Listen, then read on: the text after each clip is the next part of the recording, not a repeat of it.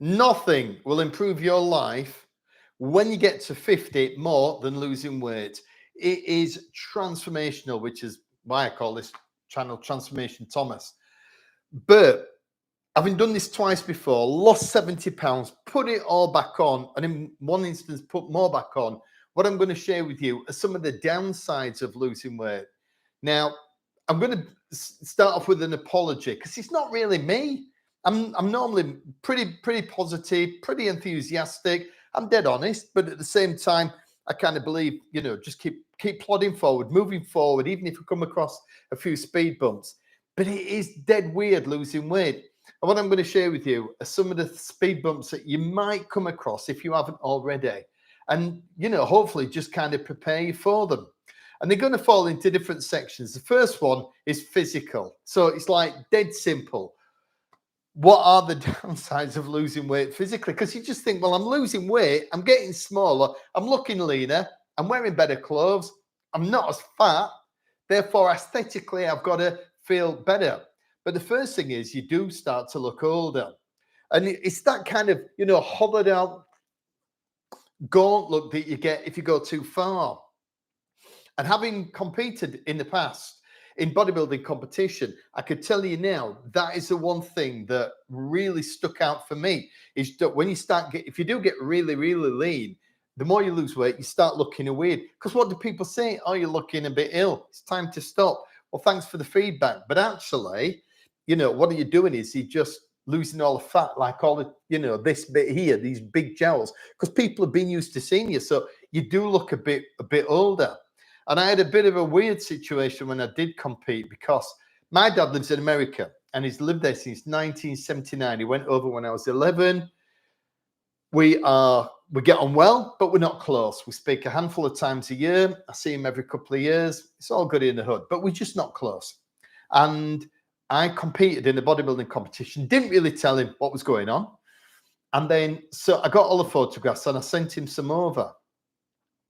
And what was weird was his reply, because I was on stage, I was wearing my little skimpy trunks, I was covered in fake tan, but I looked in incredible shape, and I was so proud of what I'd achieved, get myself in that kind of condition.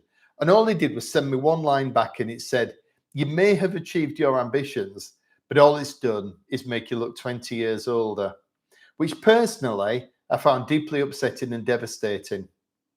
And I wouldn't like to say, because I'm not a psychologist or psychiatrist, my dad's got to be on the spectrum somewhere. He's like that all the time, ultra brutal, very, very limited in what he says. But I found that got me in the feels, as they say. But you do. The fact is that you do look older. And for me, as I've got older, I don't really care. I mean, I'm in a relationship with Karen. I've got my kids. I've got a handful of mates. How old I look doesn't really matter. But it is weird when you look at yourself in the mirror and you're going, "You've definitely aged a little bit there, Dave." Because all the wrinkles come through. I mean, they always say, don't they, there's no wrinkles in a balloon. Well, unfortunately, that's one of those things that you kind of just have to swallow. And I'm all right. I've always said to people, "How old do you think I am?" And they get my age within 1 or 2 years. So I'm all right for that. I've got sunroof in the top of my head. And so I'm fine with it. But at the same time, it just feels a bit weird when you're getting older. The second thing is hair loss. I've already got a bit of hair loss going on. But again, it's interesting. I use the example of me competing because that was like the most extreme kind of dieting there is. It's not just losing a few pounds. It's getting down to single digit body fat percentages.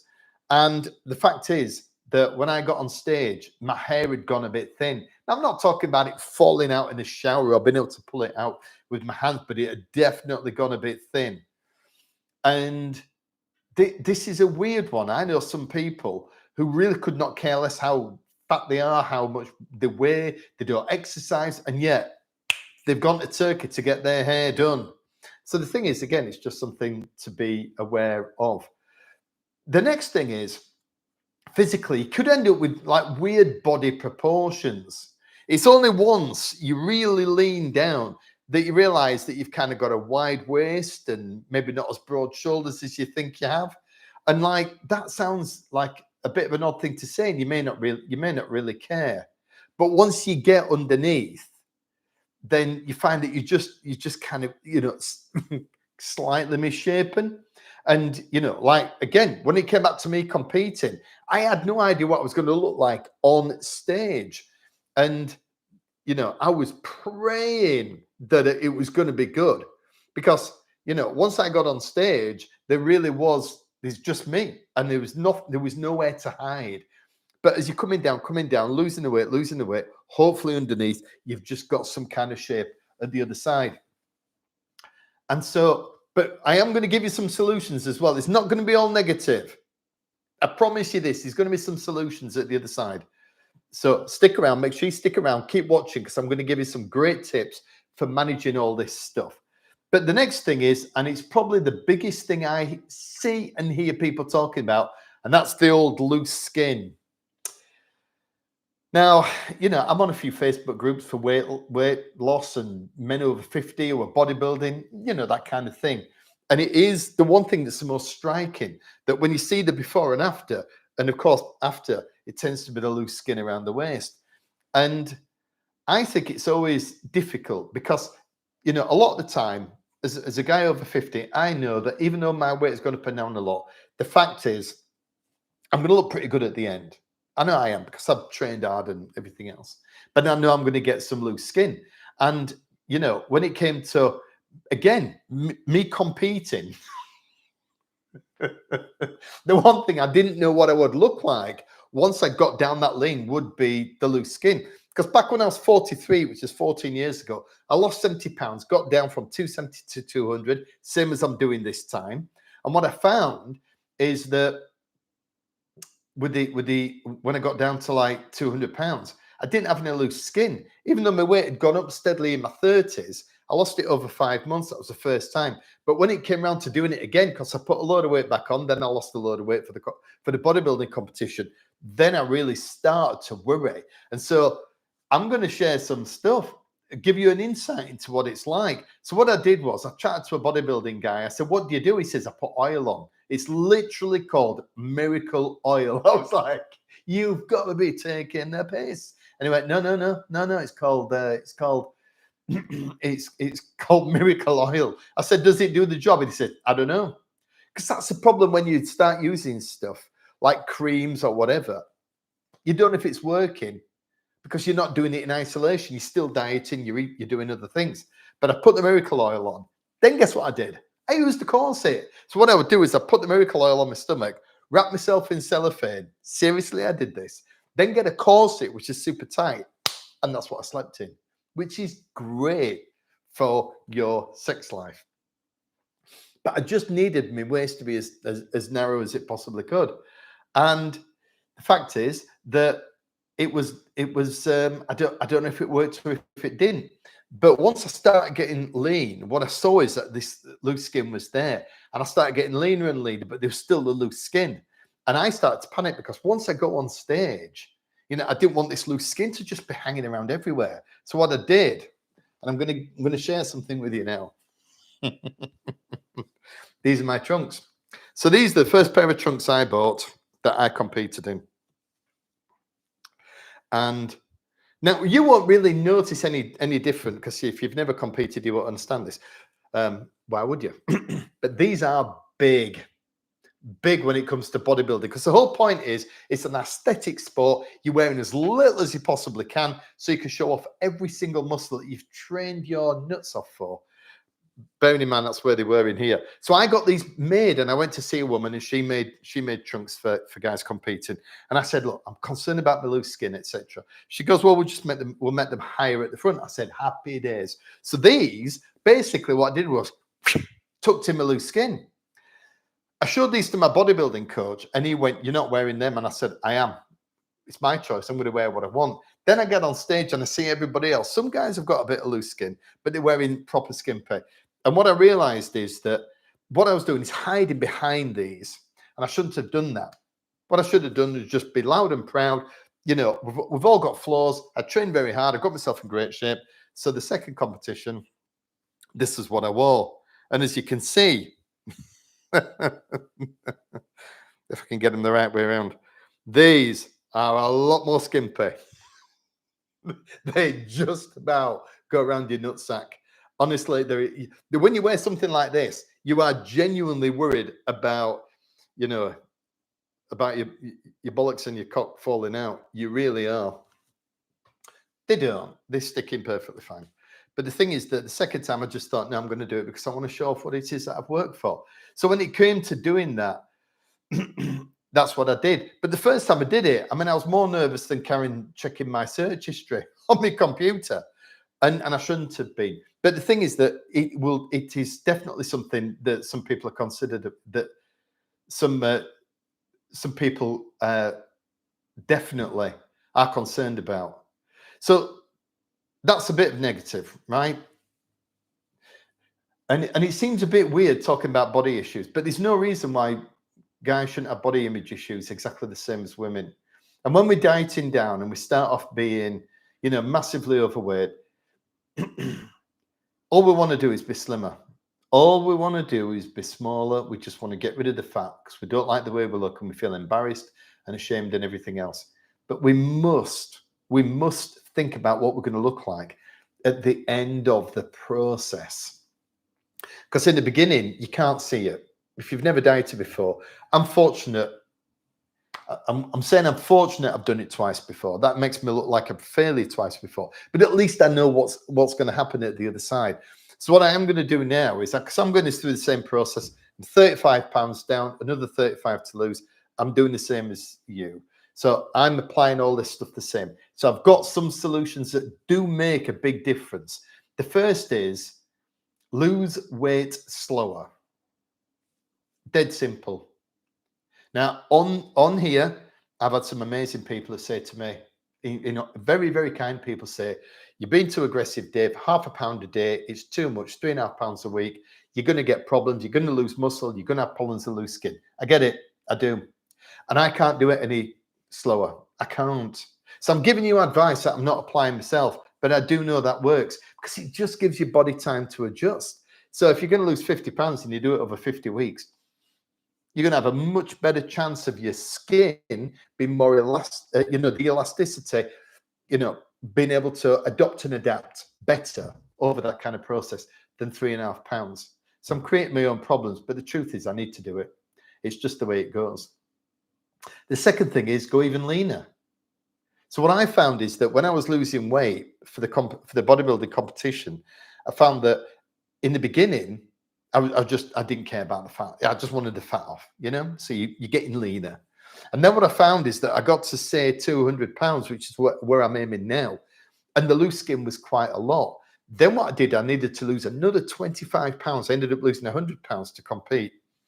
And then when I got on stage, what I found is that once you take the fat out from the loose skin, it's amazing how little is left. And I did have some loose skin. There is no doubt about that. You can see it on some of the photographs and some of the other videos.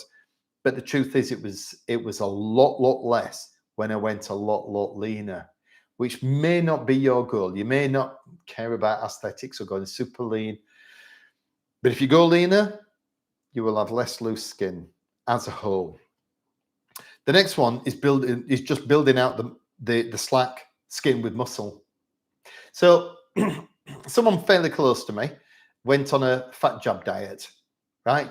So they said, I'm going to go on a fat jab. And I went, great. Yeah, you need to lose some weight. You want to get in shape. And I said, but big tip, do some resistance training. And ideally with weights where you're doing it properly hard so that what you're doing is you're building up the muscle underneath when you lose it. And they said, back off, Dave.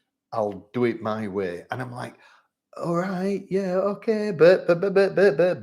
So then what happened is over the period of time that they did the exercise, of the weight loss exercise, they did two things. They stayed with the fat jab.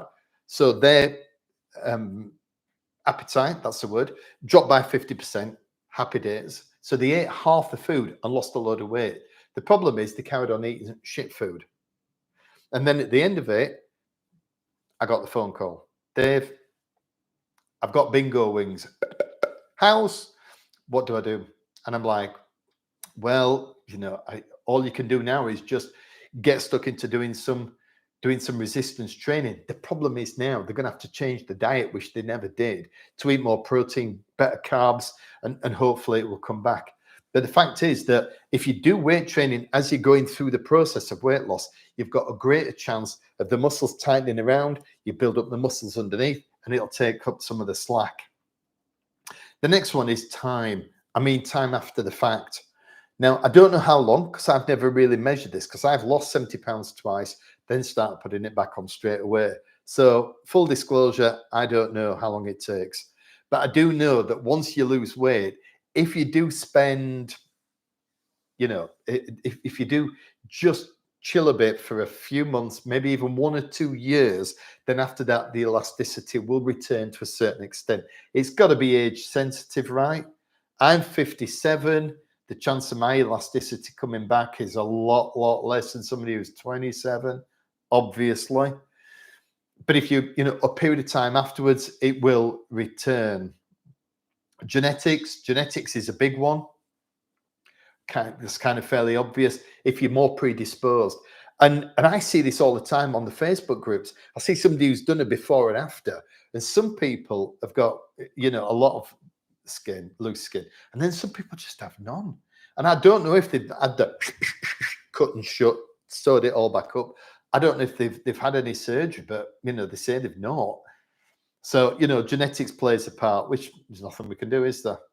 Obviously, the one thing that does help is after you've lost the weight to stay lean consistently after that, which I have never done. And this time I must. For me now, it's, aesthetics, number one. Number one reason I'm doing it is aesthetics. I want to look better, but also health. So I did a video recently on the channel talking about my recent health check. And my health is pretty good. My BMI through the roof, because obviously I'm heavy, but my cholesterol is low, my cardiovascular risk score, the chance of me having a heart attack or a stroke is low. My blood pressure is perfect. And today had an ECG. So local running club hired the cricket ground, got some professionals in, and for 40 quid could get the old heart ECG. So I'm with a cardiologist, he's looking at it and he goes, it's perfect. Gets your stethoscope out, looks for heart murmurs to see if you've got any coronary problem, artery problems. And he said, you're good to go. So the thing is, as I sit here today, I'm in good shape, health-wise. And so for me, that's got to be after the fact. And I've still got another 35, 40, 50 pounds I'm going to lose. So once I get that off, it's got to be now consistent, because I want the next quarter of the game, as I always call it, the age between 60 and 80. I want it to be productive. I want to be healthy. I want to be fit. What doesn't help is collagen. So you'll see you put in fat, you put in stretch marks, loose skin, and you will get a million adverts for collagen. Well, I've had a look into it, and I'm not going to say it doesn't make a difference. It makes a difference. But does it make a massive difference? It would appear not. So, have a go at it. I mean, you've nothing to lose but the cost of what it takes. So make sure it's suitable for your health-wise. Give it a go. You try anything once, right? Even if it only gives you a 5% improvement or a 3%, is it worth the effort? Maybe. But don't rely on it to be a miracle, because it really isn't. And, it's unlikely to have the level of change and difference that you're looking for. Next one. Well, there's only one more thing to do, isn't there? Cut it off. Get down the garden shed, get some shears, and get it cut off. So a good friend of mine lost 8 stone, which is 112 pounds, which is 50 kilos. And she ended up so lean that what she ended up having was a mini tummy tuck. So, a lot of people they have a lot of loose skin, they have a tummy tuck. That's a pretty severe operation. But if you're able to get to the point where you get super lean, the amount of loose skin will significantly drop, like it did with me when I competed. And the fact is, you can just get it cut off. Am I going to get it cut off if I get that lean? Yeah, possibly. I know how good I'm going to look at the end of all this. And I know that sounds arrogant, but, I know my strength, because I've got a board with the numbers. I can see what I'm lifting in the gym. I can see the DOMS, which stands for delayed onset muscle soreness. I can see how hard I'm training. I know what I look like before. I am years older, but at the same time, I'm going to look great. And if the one flaw in my physique is going to be loose skin around my waist, then I would consider getting it cut off and having a mini tummy tuck. Absolutely. It's an elective surgery. I wouldn't be a kid. I'm fit enough to go through it. I don't think Karen would be happy, but it's something to consider. And so those are the kind of the physical downsides of the problems of losing weight. Because you just sit and think, well, life's going to be amazing at the end of all this. And actually, if you're not a little bit more strategic, and I know I bang the drum all the time, but weight training is the greatest gift you can give yourself, where you get into a gym, use some machines, and start building some muscle. That's what's going to give you a better look at the end of it all. The next section is external. And this is really the downside of what happens once you step outside the door. And so the first thing is your social life. Because once you get stuck into doing a really solid diet, what you end up finding is that the value of a calorie. Yes, you do, my friend. Yeah, we all do. And so what you do is you sat there looking at menus when you're going out, and you go and look at the menus before you go out. And the fact is that it depends how much weight you're losing. But say you decide to just lose a nice steady pound a week, you can go 6 3/4 of the days per week, and you can get to that last meal on a Sunday, go out with the family, and just put it all back on. So the thing is that social interaction, social life is very, very different, because it really doesn't take much for it to all come crashing down around you. And sometimes, particularly when you're going through the weight loss program, you may just have to make some difficult decisions. So the other week I was doing a conference. I was speaking at 3:00 in the afternoon. It's quite a few hundred people. I'm the closing motivational keynote speaker. And I'm sat there looking at, I turned up the day before. I didn't need to, but I'm a professional, right? Because I want to be there in the morning, see all the speakers, interact with the crowd. So the client knows I've come the day before. So I get a text at like 7:00 or 6:00, and he says, "Do you want to come down and have dinner with us?" And if I wasn't in the middle of trying to lose weight, I probably would have done, because it would have given me a chance to socialize instead of staying in my room.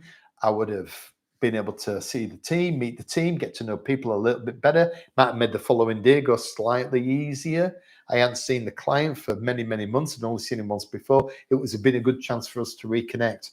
But I just know what I'm like. The binging part of my brain never, ever switches off. And I know it's a real cliche, but it was free food in a great hotel.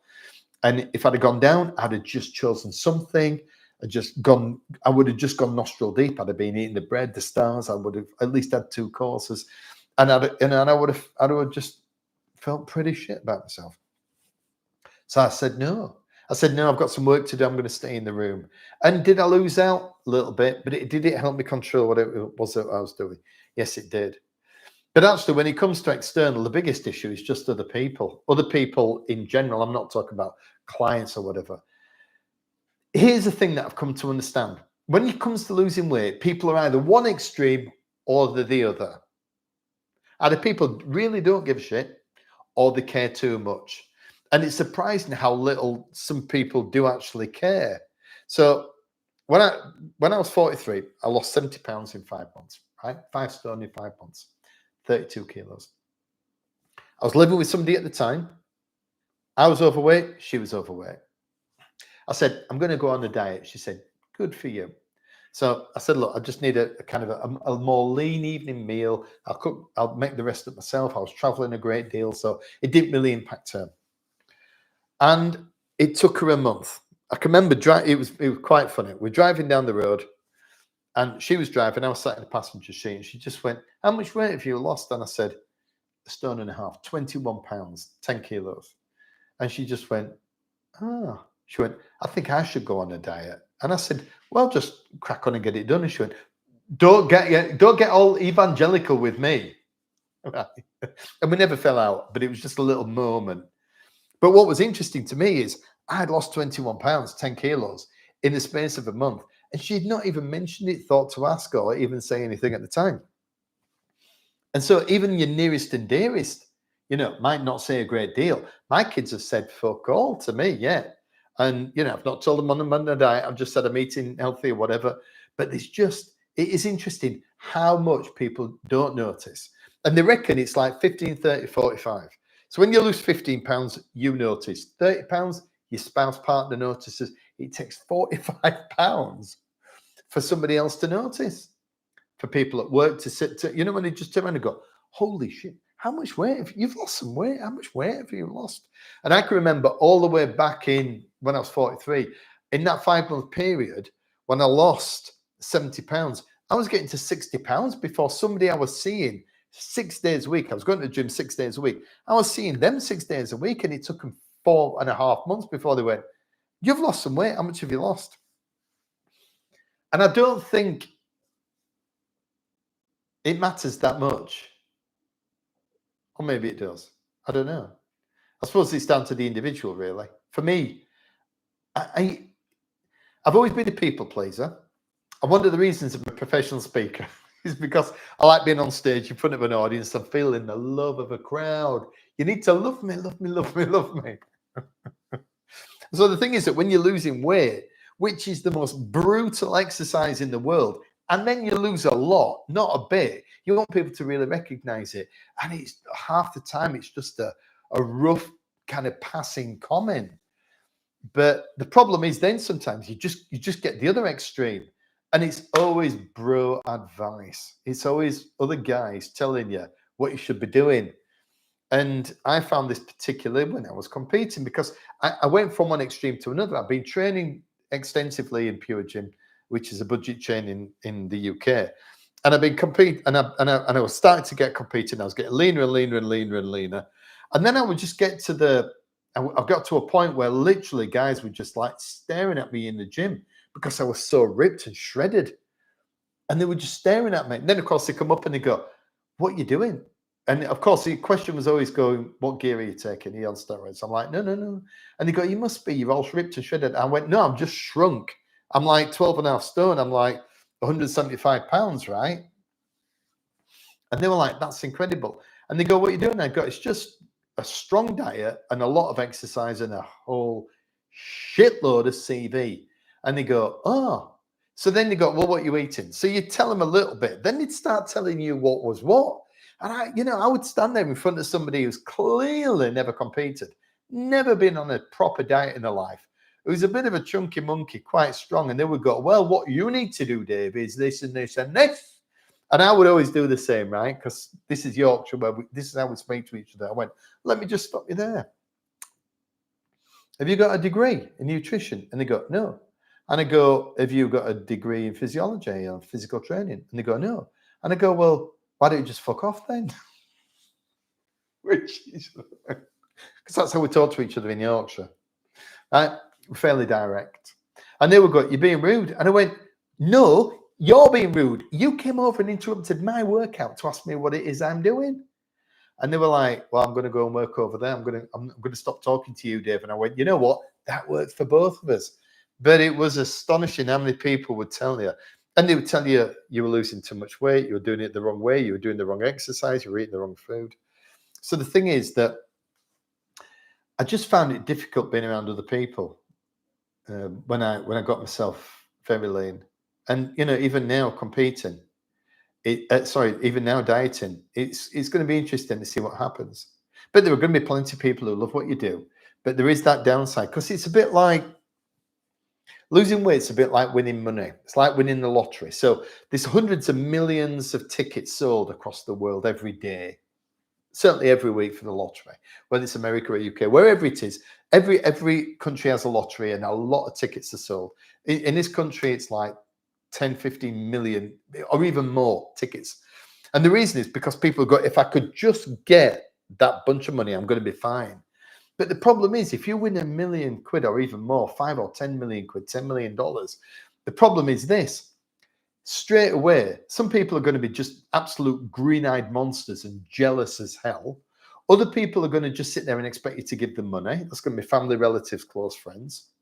You're going to go and buy a very nice house over there, which is going to be next to somebody else who's had to work for theirs. So they're not going to be happy about you just turning up with a flash car and a bunch of money and not working. But of course, the other people that you were with, the peer group, who live down the road in a different part of the town, they're not coming up here. So the thing is, it's all a bit disjointed. And it's kind of the same when you're losing weight. What you do is you lose weight, then all of a sudden, you know, your peer group, people at work, colleagues, even family and friends are sat there going, yeah, I'm not happy about this. I'm happy for you, but, you know, and all of a sudden you're out of sync with other people around you. And it can get really weird really quick. And you've just got to be prepared for that and accept it is. So the external side of it is just the way that other people are. Personal. Yeah, there's all kinds of personal stuff. One, clothes. It's just really weird. When I first lost weight when I was 43, I used to wear a suit for work. It's what, you know, we all did it back in the day. And I bought the same suit because I need a good quality suit for work. So I had to buy the same suit 3 times. And I only wore it for like 8 weeks and then it was done. And I never wore it again. I wore it and then that was it. It went to, went online or whatever. I got shot. So then all of a sudden I'm on to buy other clothes. That was kind of weird. And, you know, I like clothes and I like some nice clothes and I wear fancy jazzy shirts for work, but it was not fun buying clothes and them not lasting that long. It was, so then you kind of sit and think, well, there's no point in buying decent clothes. So then what you do is you spend months and months and months just wearing clothes. First of all, that are too big. Because for me, I'm not one of these, I lose 2 pounds and then I start wearing a skin tight t-shirt and kind of flashing off everything. And I've got, look like a condom full of walnuts, right? I've got bubbles going everywhere, right? So the thing is, that was never going to happen. So I just ended up kind of buying baggy clothes and then, you know, making them last. And it just ends up being a bit shapeless. It's a bit of an odd one because you kind of get used to wearing certain clothes and they fit really well. Then you don't and you feel smaller. Psychologically, it's a little bit tricky. The second thing is when it comes to personal is I just assume my taste buds would change and they don't. And they never have. And that is a little unnerving and very, very disappointing. I just assumed that over a period of time, not eating chocolate, because I'm all about the sugar. I'm not about savory. I don't care about cheese or cream or crisps or all that stuff or pies. What I care about is sugar. So what is it? How am I going to manage the sugar? But the thing is, I just thought my taste buds would change, and it never has. I literally could go for 6 months and not touch sugar, and I have one bite of a chocolate bar, and I just go really, really weird. I mean, I've never had crack cocaine. You know, maybe I should start. Maybe that should be the thing. For my 7th decade, between 60 and 70, try crack. But the thing is that I've never had that massive rush that drugs must give. I guess that drugs give you. Sugar comes close. If I've not had a chocolate bar for like 2 weeks and then I have one, it just sends me crazy. And the thing is, that's nice because I really, really, really enjoy it. But I just kind of wish, I wish things would change. And maybe if I did it for longer, that would be the case. But when people say your taste buds change, you're never going to need to go back to something sweet. That's not happened for me. It's never happened for me. Even when I competed in a bodybuilding competition, when I didn't have chocolate for months and months and months and months, you know, that's what we did. In fact, one thing that was interesting is Karen makes amazing tiffin, which is like biscuit and syrup and sultanas and cherries covered in chocolate. And it's a bake, a tray bake. And she used to we've been to millions of bodybuilding competitions, and we always take a load of tubs, and all the bodybuilders sit there and eat it at the end. So we all compete, and they've all been, not eating chocolate. Taste buds just don't change. Now, of course, what you can do is get a sugar substitute, which I do, like protein bars, or I might get some sweetener you can sprinkle on food or whatever. But then that kind of it doesn't defeat the object of the exercise, but you're not going to manage your taste buds by continuing to eat something that actually tastes sweet. It just means you're not taking the sugar in. So I've always found that a bit tricky. I never found an answer to that. Next one is I feel more cold. I just get colder. I feel the cold more the leaner I get and the older. So being old and lean. I mean, when I was like 30, well, no, a bit older than that because I wasn't too fat. I wasn't that overweight at 30. But 35, I was at my biggest, and 35 through to 43. I never wore a jacket. I went out. It could be the middle of winter, just shirt and jeans, and I was absolutely fine. But now, kind of 20 years later and leaner, I definitely feel the cold more. The next one, number 11 on my list is maintenance is boring. So the problem with losing weight, well, the great thing about losing weight is looking at the scales every day. So you might feel differently to me, but it is just, I look down at, I see them, and I jump on and I see a number I like, and the dopamine hit that I get goes straight to the center of my skull, and it's amazing. I'm losing weight, so I'm happy as a pig in shit, right? If I don't get a number, things are not great. But if I'm sticking with the diet, there's going to be days I lose, some days I don't. It takes a bit of a, takes a while to come through. But the problem is, once we get to the end, and we've lost the weight, then, and I know this isn't really a downside of losing weight, but the problem is at the end is that, we're onto maintenance, and you get on the scales and nothing's happening. Or worse still, it goes up a little bit and you're not getting that dopamine rush. And so the thing is, the downside of losing weight is it's not great losing it because it's painful. But the feeling you get from having the personal power to lose weight is immense. But at the end of it, all of a sudden you're facing forever, right? You've got forever where you've got to control your food, monitor your food, do whatever it is, put in what place the practices and strategies that get you there. And that's not kind of fun. And also, people stop giving you comments. People stop, people go, you look great, fantastic. Ooh. 2 months later, it's like you never lost it. They stop talking. Nobody mentions it anymore. They get used to you being slimmer, as do you. Number 12. This might just be me because of the way that I approach this, but my calorie deficit is about 1,700 calories, which is roughly half a pound of fat. And that's a day. So my daily calorie deficit is 1,700 calories. Now, if it was just food, it would be bad enough. But I get up at 5:45, I come down, I come into this gym, I do some exercise, I do 45, I do my stretching, 45 to 60 minutes, brutally hard exercise. And then I go on the cross trainer and do 60 minutes. And it is exhausting. I walk out of here and I'm dead man walking. I am dead man walking at like 8:15, 8:30. I go out there, and then I've got to do a full day of whatever. Now I've stripped myself of any calories that are in my system, and then I'm on limited calories during the day, and I just find I'm absolutely knackered. But what's even worse than that is now I'm halfway through. I'm not seeing the end in sight, but I'm kind of getting over the other side of the hill, and it doesn't get easier further down. It just becomes actually progressively harder. So that's even a bad analogy. You're climbing up the mountain, at least you've got halfway. And so the thing is now that the way that I train, I'm just training even harder.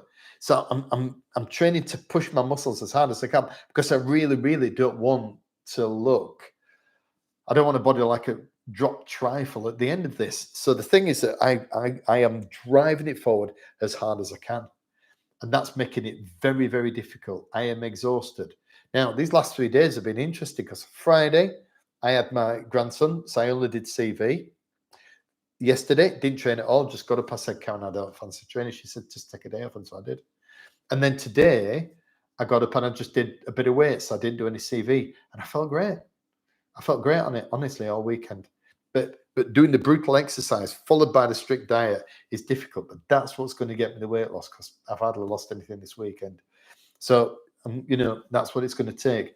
But I find it absolutely physically exhausting.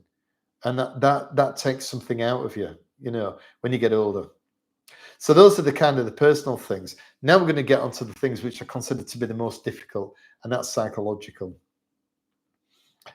if you're like me, which you may not be, I'm a natural obsessive. So everything is always all or fuck all. I'm just like, I'm like I'm either going at something, I'm either not bothering at all, or I'm like a piano, like a grand piano being thrown from a tower block. I'm going that quick. And so the thing is that, the more this has gone on for the last 12 weeks, the more obsessive I've become. And the first week you're not obsessive because you're just losing water weight. I lost 7 pounds in 7 days. I was still eating pizza and having a drink, had a bottle of cider, a bit of chocolate, happy days. Because I'm feeling great because I haven't got all the crap going through my system. But then as it gets, as you get into it, and I just find that I've become obsessive. So I'm talking about it all the time. I'm thinking about it all the time. Every morning I just sit there, or every couple of days I'll just say to Karen, "What's for tea? What we have for dinner? What's our evening meal?" Because during the day I'll just sit there and eat the usual thing: protein shake, egg whites, cottage cheese and pineapple. Happy days, fine at that. But then all of a sudden, but then on the evening meal, that's an important meal. So it's like, what we having for an evening meal? I've become obsessed about what I'm having for my dinner. And I just find that I'm spending a disproportionately high amount of time obsessing over this when clearly nobody else is. And you just sit and think, is it worth that level of exhaustion and thought processes? Because I do a difficult job. I'm a presentation skills coach. I'm standing up in front of other people as well. I do motivational speaking. The fact is, the cognitive overload that happens in my brain as I'm doing this stuff is high.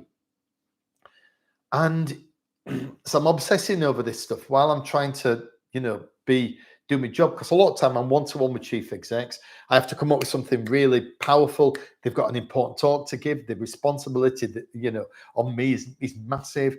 And so I just find myself, thinking about it when actually I've got a lot of other stuff going on.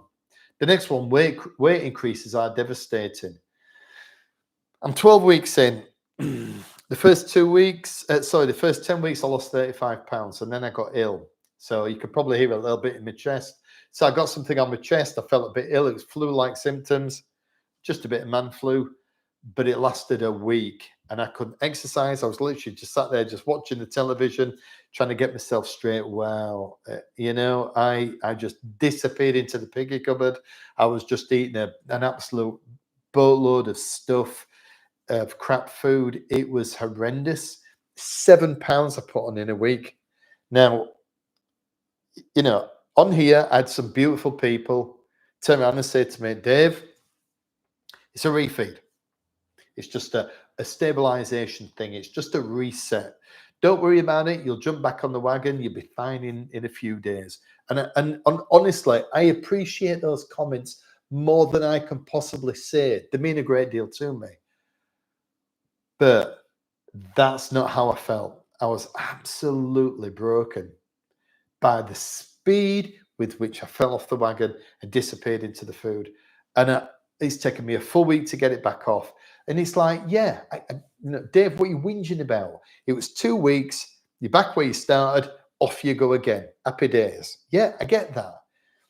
But it's just the fact that I couldn't just not do it. I did it. And that's not where I want to be. And I found that emotionally extremely difficult, very, very difficult. It makes you feel weak, and it makes you feel that in the future it's not going to stay. I'm going to struggle to stay in the course afterwards. I've lost the weight twice before. I put it all back on and more in the past. Is this really going to be long term? I believe it will be, but at the same time, weight increases are absolutely devastating, and they're going to come. I mean, I just thought that I'm a very motivated person. I'm very clear thinking. I'm quite strategic. I monitor my food. I know what I need to do. I've done it before. I didn't think it was going to be a breeze. I knew it was going to be really tough, but I didn't think I'd fall off the wagon like I did. And that has been very, very difficult.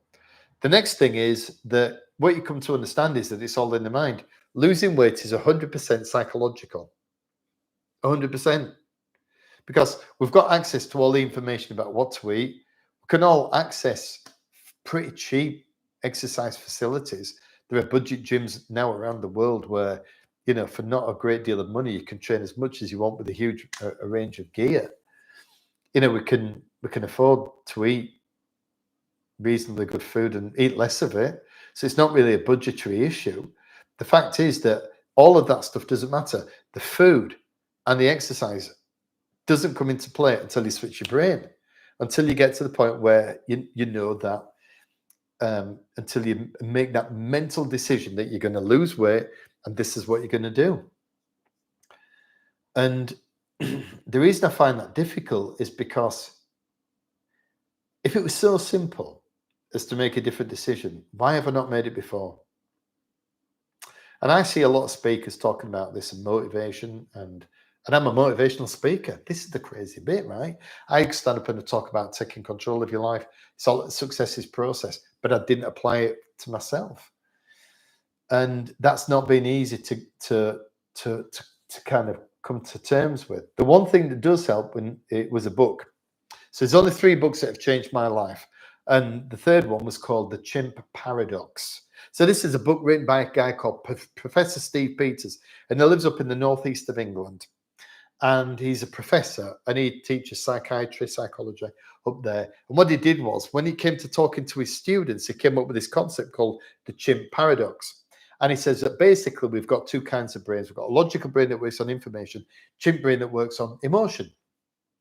Logical brain is only 1/7 the power of the chimp brain. The chimp brain is 7 times more powerful than the logical brain.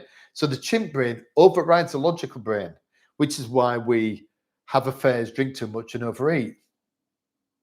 Just me? Always been in a group of one. And so the thing is that we do stuff we know we shouldn't, and don't do stuff that we know we should. And the reason is because of the chimp brain. And so the chimp brain comes in, he goes, you deserve that drink. You've worked hard today. You get yourself that sticky toffee pudding, mate. Get that food down your neck.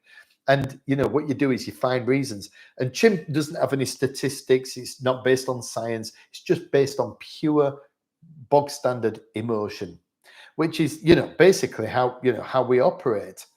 So depending which book you've read, we've been around between 30 and 100,000 years. But it's only been give or take 1850 when normal jobs came into being. Before that, it was more of a barter type system. Jobs came in, industrial age, people needed to do a job, sit at the desk, do a machine. We've only had food readily available for 200 years. That's all. Out of the 30 to 50, 60,000 years that we've been on the planet, that, modern man has been around, modern person has been around. And so the thing is, you've got all that history, which is why when you see food, you just overeat. You just grab it and throw it down your neck. And there may be other reasons as well. But the thing is that that it's just a psychological exercise. And so for me, I just hope, I want to believe that I have the mental strength to do it. But reality is that like anybody else, underneath the draw, the evolutionary draw to overeat just seems to never leave. And for me, that's the biggest thing of all, because I've always been a binge eater, which I guess many people are. And that's what gets them into place, because we don't eat for fun. You eat a little bit for fun, and then you just carry on eating, and before you know where you are, you're in a mess. And I losing weight is great, but one of the downsides of losing weight is it just makes you realize, like the last 2 weeks have made me realize, that what got me fat has not left me. It's still there underneath. Because the moment I got ill, that returned and I just disappeared into like a former life. And that was not fun. And so losing weight is amazing. But unfortunately, one of the downside is that it shows you, it kind of opens up opens up your mind to the weaknesses that you have. And that's not been particularly fun. So, for me, the thing that has made the biggest difference, the biggest positive that I've had in the whole of this experience for 12 weeks has been you. And there are 3 main reasons for that. First of all, I know many people are struggling when it comes to when it comes to weight, and they want to lose weight. But having a group of people like I've got on this channel and also on my school community has meant everything to me. It's been amazing. And the one thing I do feel is a certain responsibility, because I'm sharing stuff with you and you're taking that on board, you're asking questions. And, some people have said, don't do it for us, Dave. You should do it for yourself. But why not do it for you? Why not do it for the community now that I'm creating on the channel? Because we're all in it together. And I think the support that I've had has been mind-blowing and been incredibly emotional for me, especially when I've struggled and I've shared that struggle and I've had a binge, and then other people gone, I'm with you, Dave. It's what I've done. Yep, this is where it's at. And so doing it has been absolutely fantastic. But not only that, the thing is, it's strategies. I like strategies. I like process. I like tips and tricks, little techniques that can help move me forward. And one of the amazing things is that people step forward and go, why don't you do it this way? So I did a video on rear delts, and it was a bit difficult because I was bent over and so on. And somebody just told me and said, why don't you do it against the bench? Wow, amazing. So I've had loads of tips, loads of ideas, loads of strategies. And so the one thing that really is pulling me through is this. And, and also on the school community. So if you're interested, come over to the school community, school SKOOL. And that will be and it's in my biography that's attached to this channel. So what we've got over there, we've only been doing it a few days, less than a week. And so we've got some members over there. I appreciate that you don't like logging onto different stuff and going to a different platform. But what we're finding is this just really tight group of guys who now are moving forward and really starting to share on a much deeper level. Because I do these videos twice a week, but over there, I'm in there every single day doing stuff. So we're getting to the nitty gritty and it's much more nuanced. So if you fancy it, go to my biography for this channel, go over, it's free, and come over and join the gang. Right, so I'm going to look at any points that are being made, any questions. William, that's 3 out of 3. I can relate to bingo. Yeah, it's all weight loss bingo tonight. That's what I should have called it, in weight loss bingo. Noticing a change like that, it's much harder if you see them every day compared to only a couple of times a year. Exactly. So that's the thing. That is a great point. Other people don't see the change because they see you every day, but you don't see the change. So I get up in the morning. I mean, I've lost 35 pounds. I take photographs of me in my underpants and across them 35 pounds. And I can see I'm different, but not by a massively significant amount. And you don't get any more exposed than your underpants, doing it in your underpants. It's quite a thing. And you see, but I can see it. The thing is, I do feel different. I kind of have a flatter stomach and I'm in smaller clothes. So that's a great way to kind of evaluate who you are. But I'm telling you now, you don't notice the same, which is one of the downsides, because you think you're going to lose 35 pounds and you're going to look and feel completely different. And it takes a minute for it to sink in. Could fairly see the difference. Some effort. Keep it going, Dave Lad. Cheers, Martin. That's very kind of you. Thank you very much, my friend. Maybe replace the dopamine hits from losing weight with dopamine hits from personal bests in the gym. May I do. The only downside to that is, and I don't mean to be negative because I hate being negative, I'm 57. I've got to be very careful about what I do. Injury will see me disappear into the abyss in a Yorkshire minute. Because if I can't train, I don't eat well. My diet has always been dragged along by my training. So if I can train well, I want to eat well. I want to see the results. Don't know why, because it doesn't make any sense. But the moment I can't train, like when I got ill, I just started eating shit. So I end up with a double whammy, not being able to shift the food. I'm eating bad food and I'm not shifting it because of the exercise. But yeah, the personal best. What I do like is to try different stuff. So I'm going to be trying different exercises and see where I go. Just because something is simple doesn't mean to say it's easy. It isn't. The only good thing is that losing weight is simple. You've just got to eat less than your body burns. And if you understand and truly grasp that, then you're in a really good place. And I've never ever let go of that. The most fundamental and simple concept of all. I've got to burn more calories than I eat. And if I do that, I will lose the weight. Great topics, Dave. I'll come back to this later. I need to go out and get the steps in just now. Yep, steps are important. Going to be covering that soon in a video. Talk about NEAT, non-exercise activity thermogenesis, which is steps. Why is steps so valuable? I'm going to be covering that soon. All the best. Cheers. Right, that's an hour. Has anybody got any comments? Any questions that you would like to ask?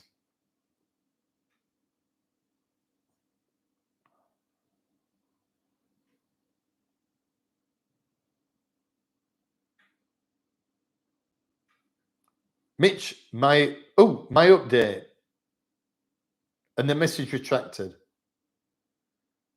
Mitch, if you've got an update, please tell us. I love to hear success stories or how people are going. And even if you're not going well and you're struggling, then, you know, I'd love to hear that as well. So that, you know, hopefully I can, you know, maybe give some advice, bit of feedback about how to do it. No questions, anybody? For the few that are left. My fat jab, 7 weeks fat jab and 15 kilos lost. Wow. Well, 15 kilos is a lot. So the question is, Mitch, are you doing any exercise? And have you changed your diet? Because if you could combine, that's the trifecta. I've not bothered with the fat jab myself, but if you use it and you change your diet so it makes you eat better and do some exercise, then that is going to be a storming way forward. Because 7 weeks and 2 kilograms a week, that's 4.5 pounds. That's impressive. No exercise at the moment, but I switched to protein shakes. Good. There's no better way to get a ton of protein in than protein shakes. Well, there is with egg whites, but in terms of being practical, protein shakes are amazing. And again, something I'm going to be covering. I'm going to be looking at, you know, weight loss recipes, food, things you can just slip into your diet, you know, foods you can swap out that hopefully will get you where you need to be. Anybody else? Any more? Well, thank you for coming. It's a Sunday night. Oh, Mitch has got some plan to exercise this month and stop in a weight job due to upcoming price increase. Monjaro. I saw that. I saw the price increase. It's going to go up like whatever from, I don't know what it is, but it's going to go up 150%, right? Is that right? So it'll be like 2.5 times what it is now. That's steep. I feel for the people who are using it and they've got used to using it and it's making a massive difference. One person I was talking to said not only did it help with them with their weight control, but it also helped them with a host of other personal health issues. So it made the skin a bit better, hair a bit better. So there was those knock-on effects, which are great. And that person is now saying, well, I'm not going to be able to afford it. So that is a shame. My motivation is always my holiday, my Mr. Olympia. My motivation is always my holiday. Well, yeah, absolutely. You know, holidays are there to be enjoyed. And I did talk about holiday eating in a video a couple of weeks ago. It's not easy. It's not easy managing when you're away. But the thing is, you know, if you're only away for a couple of weeks at a time, you've got a couple of holidays a year, crying out loud, just enjoy it. The thing is, the question is this: do you want to manage it or not? Because it's like there's three types of approaches that you can have to holidays. One is you go full current diet. So basically you eat on a holiday what you're eating at home. So you go all inclusive if you can, something like that, and you just eat the same calories, eat the same kind of food, and you just stick on the same diet. The second one is where you massage it a little bit, have a few treats. The third one is what I call a fuck it diet. You go, I'm on holiday, mate. I'm going to eat what I want. And I'm like, whichever one of those three you choose, it's, you know, it's absolutely fine. I get that you know, some people just go, I just want to eat what I want. But in a video that I did a few weeks ago, I talked about going on a cruise. I went on 2 cruises, 2 years apart, same ship, same place, exactly the same time of year. So it was just identical. It was that good. I thought I'm going to do it twice. The first year I went, I was 19.5 stone, 270 pounds. I just sat there and waded through the food, came off a stone heavier, a pound a day.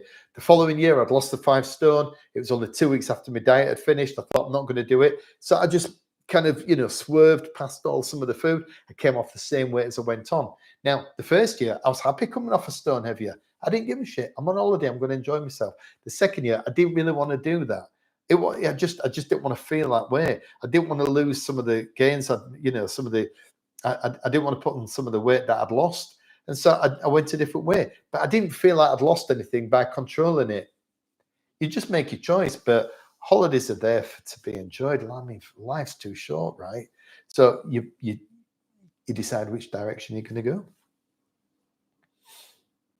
Main thing is that I've reset my eating routine. So it makes sense to start the exercise. Yeah. Okay. Wonderful. Because routine of eating is really key. And it's one of the things that matters to me the most is I eat at 9 o'clock, 12 o'clock, 3 o'clock, 6 o'clock. So 9 o'clock is protein shake, 12 o'clock is egg whites, 3 o'clock is cottage cheese and pineapple, and 6 o'clock is my dinner. And then, sit down, go to bed at like 10 o'clock, and I'm good. Get up at 5:45, get out there and train, back in 9 o'clock and again. So it's basically it's intermittent fasting, but that's not the reason I do it. The best thing about it is I have a routine. So I know what I'm eating, where, when, and how, and it really helps my body adjust and my brain adjust when I'm stuck to the same routine. It's very difficult to do flexible dieting where you just kind of eat as you go. Very difficult to manage. Terribly difficult to manage. Just got to address this saggy skin. Mitch, been talking about it tonight, my friend. There's no magical solution. All I can suggest is that you keep on trying to get as lean as you can, and then you decide what to do at the end. But it's still going to be healthier for you to be leaner with the loose skin than it is to have than to be overweight. Same for all of us. But I'm definitely going to have loose skin at the end of this. But I'm going to get myself. I'm a bodybuilder by, in my brain, I'm a bodybuilder. And so for me, it's about lifting heavy weights, getting the muscles as big as possible, maximum amount of protein, strain the muscle, build it back up, and then, manage the loose skin as just a necessary evil. Simon, I cut out everything with added sugar in on Monday last week, and I'm already down a belt size. It's brutal. Sugar is the devil's own food. I mean, there really is almost no benefit to it at all. They say simple sugars, can help you a little bit, but honestly, just get the complex carbs in. You're going to have enough energy. You've got the fats, you've got the proteins. Just cutting the sugar out, particularly the refined sugar. And we really, really know this, but it's a relatively modern concept, is refined sugar. But it's got us, and it gets me. Right. Well, thank you for coming. I appreciate it very much indeed. And I hope you have a happy and successful. Yeah, it's even it's in crumpets. I tell you where you notice sugar in milk. I'm not saying you put sugar in milk, but you notice the lactose, because sugar, fructose, sucrose, lactose, it's all sugars. And if you don't have it and then you have milk, it tastes kind of sweet. So once you don't have sugar for a while, you do notice it everywhere. Yeah, it's in crumpets. Right. Have a great week, everybody. I wish you all the best with your own transformation journey. I'll be doing some more videos this week. And if you fancy it, get yourself over to school. Have a look at my biography that goes with this channel. It'll be right at the top with the school link. So come over and see us. And we've got a fantastic little gang over there that are really supporting each other, helping each other out, and going a bit deeper than I can on these videos. Take care. Have a great week. Thank you, Andy.